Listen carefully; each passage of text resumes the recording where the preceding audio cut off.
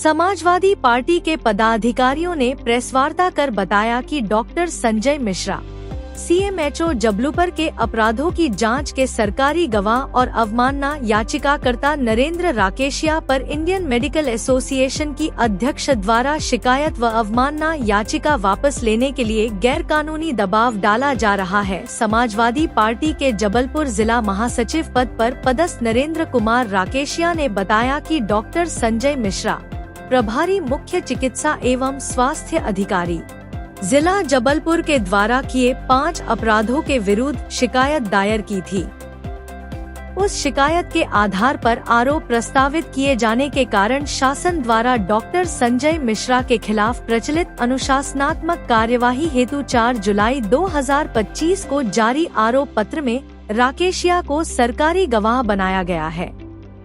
इसके अतिरिक्त डॉक्टर मिश्रा के विरुद्ध राकेशिया द्वारा प्रस्तुत शिकायत की जांच 45 दिन में कार्यवाही करने का आदेश माननीय उच्च न्यायालय द्वारा लोकायुक्त मध्य प्रदेश को दिया गया है।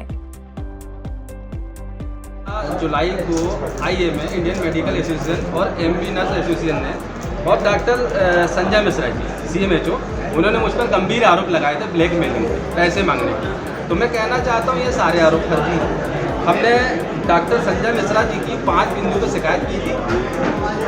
5 बिंदु ऐसे है कि जिसमें उन्होंने दो शादी की है शासन को बिना अनुमति के, 50 लाख रुपए का मकान लिया उन्होंने शासन के बिना अनुमति से, 7 साल की अपनी सर्विस से गायब रहे और पेंशन पुस्तिका में छेड़छाड़ किया, फिर पैथोलॉजी वगैरह चलाई।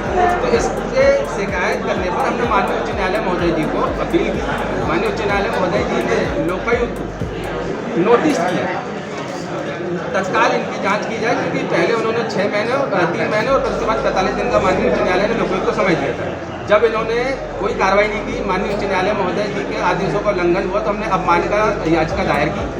तो माननीय उच्च न्यायालय कड़े शब्दों में लोकायुक्त को कहा कि इनकी जाँच की जाए। उसके बाद संजय मिश्रा जी पर विभागीय जाँच बैठी। विभागीय जाँच जैसे ही बैठी तो संजय मिश्रा जी मुझ पर दबाव डलवाने लगे। मैंने 14 जुलाई को उनके खिलाफ शिकायत किया कि ये लोग मुझे परेशान कर रहे हैं, जान से मारने की धमकी दे रहे हैं और ये सभी 80 हॉस्पिटल के संचालक इनके साथ मिलकर मुझ पर दबाव बना और कहीं ना कहीं इनको राजनीतिक समर्थन है, सपोर्ट है। तो मैं कहना चाहता हूँ कि संजय मिश्रा जी ने मुझ पर जो भी आरोप लगाए सब गलत है। डॉक्टर अमरेंद्र पांडे 1 नंबर का झूठा व्यक्ति है, वो बता दें मैं कब उनके हॉस्पिटल गया, कब मैंने उनसे पैसा मांगा, कब मैंने उनको गाली दी।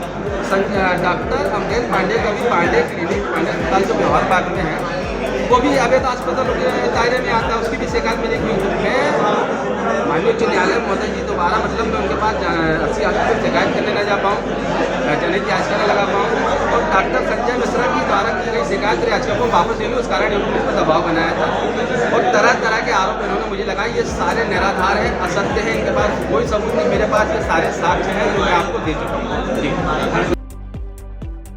नरेंद्र कुमार राकेशिया ने बताया कि मैंने पुलिस अधीक्षक को शिकायत के माध्यम से बताया कि डॉक्टर संजय मिश्रा और उनके सहयोगी अस्पतालों के द्वारा मुझे झूठे मुकदमों में फंसाने की साजिश की जा रही है और इसलिए मैं अपने जानमाल की सुरक्षा की मांग करता हूं।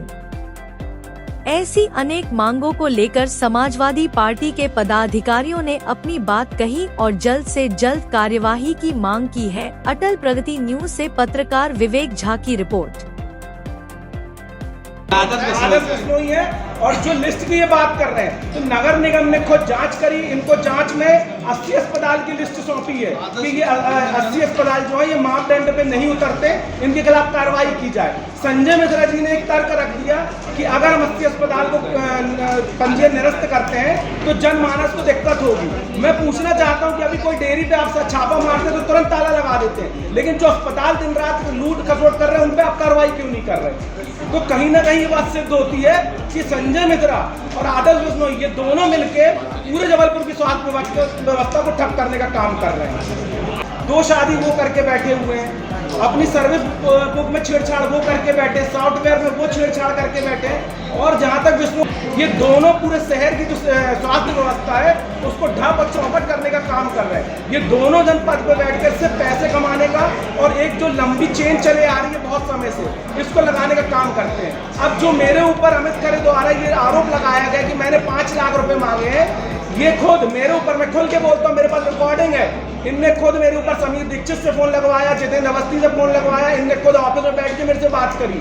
और पहले दिन मैंने सीएम का पुतला जलाया, मेरे ऊपर एक धारा लगी, दूसरे दिन मेरे ऊपर इनने धारा लगवाई कि मैं 5 लाख मांग रहा, और तीसरे दिन ऊपर मेरे ऊपर ये रेप का आरोप लगाया। लगातार 3 दिन में मेरे ऊपर 3 मामले लगातार लगाए गए। क्यों? क्योंकि मैंने किसी की बात नहीं मानी, मेरे को पूरा दबाव बनाया गया, मैं किसी के दबाव में आया भी नहीं कहीं से कहीं पर।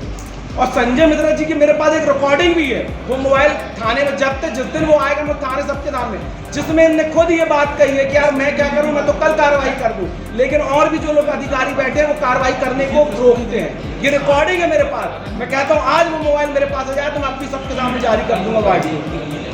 अरे एक बात